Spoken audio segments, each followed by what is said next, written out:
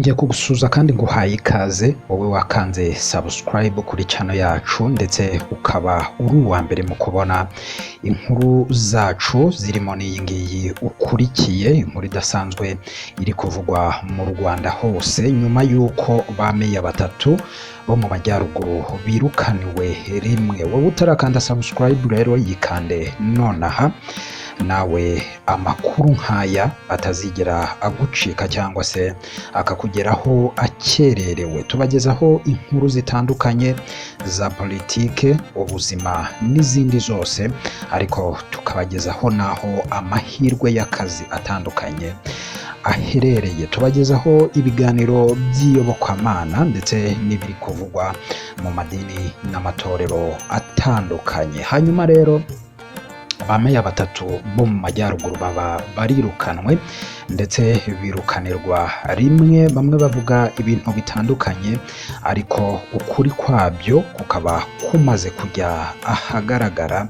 Iyi akaba ariyo mpamvu nyamukuru yatumye Perezida wa Repubulika y'u Rwanda Paul Kagame yirukana aba ba Meya batatu icyarimwe. Muri Janvier wari Meya w'akarere ka Musanze, Nizeyimana Jean Marie Vianney wayoboraga akarere ka Gakenke na Uwanyirigira Marie Chantal wari umuyobozi w'akarere ka Burera nibo birukanwe nk'uko amakuru yagiye abageraho aho mwari muri hatandukanye. Bakaba birukanwe ku myanya yabo kubera kutuzuza inshingano zabo nk'abayobozi uko bikwiye. Ibyo akaba ari byo mwagiye mumenya, ariko hakaba hari ibindi biri kuvugwa, hari andi makuru atandukanye. Aba bayobozi bakuwe ku myanya yabo na Perezida Paul Kagame nk'uko bikubiye mu itangazo ryashyizweho umukono na Minisitiri w'Intebe Dr. Edouard Ngirente kuri uyu wa 8 Kanama 2023. Iri tangazo rivuga ko icyemezo gishingiye ku isesengura ryakozwe rikagaragaza ko aba bayobozi batashoboye kuzuza inshingano zabo, cyane gusigasira ubumwe bw'Abanyarwanda nka rimwe mu mahame remezo Leta y'u Rwanda yiyemeje kugenderaho. Mu bayobozi bakuwe mu myanya yabo harimo Mushayija Geoffrey wari umunyamabanga nshingwabikorwa w'intara, asimburwa na Nzabonimpa Emmanuel nk'umunyamabanga nshingwabikorwa w'intara w'agateganyo. Mu karere ka Musanze, muri Janvier wari Meya yakuweho asimburwa na Bizimana Hamisi.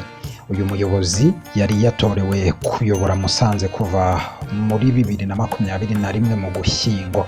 Mu bandi bakuwe mu myanya yabo harimo Kamanzi Axel wari umuyobozi w'akarere wungirije ushinzwe imibereho myiza y'abaturage. Uyu mwaramumenye ubwo yabazwaga ikibazo n'umunyamakuru akinumira, hagacamo akanya akikubita akigendera.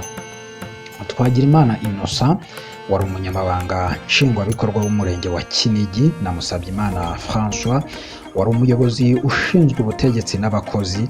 Mu karere ka Gakenke ho Nizeyimana Jean Marie Vianney wakayoboraga kuva nawe mu Gushyingo 2021 yakuweho asimburwa by'agateganyo na Niyonsenga Aimé François. Mu bandi bayobozi birukanwe harimo Nsanzabandi Rushemeza Charire wari umuyobozi mukuru w'imirimo rusange. Hari Kalisa Ngirumpatse Justin wari umuyobozi ushinzwe ubutegetsi n'abakozi, na Museveni Songa Rusakuza wari ushinzwe gutanga amasoko. Undi muyobozi wirukanwe ni uw'akarere ka Burera Uwanyirigira Marie Chantal wasimbujwe na Nshimiyimana Jean Baptiste nk'umuyobozi w'akarere w'agateganyo. Uwanyirigira Marie Chantal yayoboraga Burera kuva ku itariki 6 Ukuboza 2019. Mbere yo gufata izi nshingano yabaye umukozi w'akarere ka Burera mu ishami ry'uburezi, wari ushinzwe amashuri y'incuke, abanza n'amasomero y'abakuru. Aba bayobozi birukanwe nyuma y'ukwezi mu majyaruguru habaye igikorwa cyo kwimika umutware w'abakono cyabaye ku itariki 9 Nyakanga 2023. Nibwo mu murenge wa Kinigi ho mu karere ka Musanze habaye uriya muhango witabiriwe n'abayobozi mu nzego zitandukanye, abikorera, abo mu nzego z'umutekano n'abandi. Ni igikorwa cyafashwe nk'ikigamije gucamo ibice Abanyarwanda, nyamara baranyuze mu mateka nk'ayo ashaririye yagejeje igihugu kuri jenoside yakorewe Abatutsi. Ibi byanatumye hategurwa inama nyunguranabitekerezo ya FPR Inkotanyi yahurije hamwe abanyamuryango bagera kuri 800, harimo abakada n'abayobozi ku rwego rw'igihugu i Rusororo ku ngoro y'umuryango FPR Inkotanyi, baganira ku bibazo bitandukanye bibangamiye ubumwe bw'Abanyarwanda. Nyuma y'iriya nama, abayobozi mu nzego nkuru bitabiriye kiriya gikorwa banditse bisigura ku mukuru w'igihugu, banasaba Abanyarwanda imbabazi ku makosa akomeye bakoze yo kwitabira kiriya gikorwa cyari kigamije kubiba amacakubiri mu Banyarwanda, nk'uko bagiye babyandika ku mbuga nkoranyambaga no mu bundi buryo butandukanye.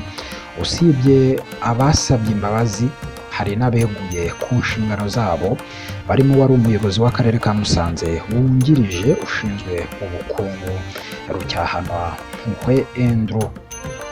Isesengura ryakozwe ryagaragaje ko ibyo abayobozi bakoze ari ukunyuranya n'indangagaciro zikwiye kubaranga mu nshingano zabo. Itegeko nshinga ry'u Rwanda riha agaciro ubumwe bw'Abanyarwanda nk'ikintu kidakinishwa, ndetse umutwe wa 3 mu ngingo ya 10 mu gika cya 2 isobanura ko leta y'u Rwanda yiyemeje kurandura burundu ivangura n'amacakubiri bishingiye ku bwoko, ku turere cyangwa ku kindi icyo ari cyo cyose, no gushyira imbere ubumwe bw'Abanyarwanda. Nyuma y'aya makuru rero, abantu bagiye bavuga ibintu bitandukanye, birimo kuba abenshi batarujuje inshingano bari bafite nk'abayobozi b'uturere, ariko muri rusange mukaba mwumvise ko uretse bariya bameya, hari nabo mu zindi nshingano, by'umwihariko mu majyaruguru, bagiye birukanwa.